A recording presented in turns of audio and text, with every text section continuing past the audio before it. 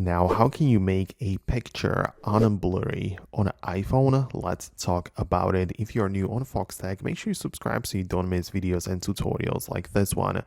Okay, so it depends on the photo, of course, but if you have captured the image with the portrait mode, what you can do is to open it up like this, because I'm mentioning this because the portrait kind of like blurs the background or perhaps even foreground if you don't do it right, but you can still tap on the portrait and disable it like that, which will make the rest of the image, like the background, unblurry, right? You can also just edit the portrait photos and adjust the depth manually, right? So you can make it even more blurry, and you can see that this is how you can control it.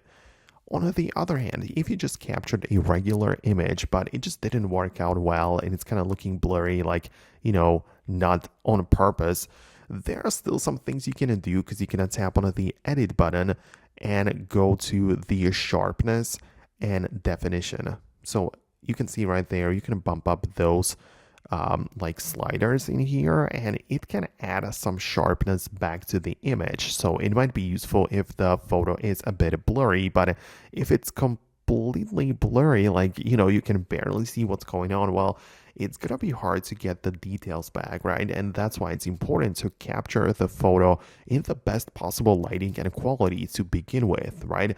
But yeah, these are the things you can do. Let me know if you managed to perform some changes that you are happy with. Most definitely subscribe for more tutorials and videos like this one, and I'll see you later in those videos. So stay tuned and I'll see you then.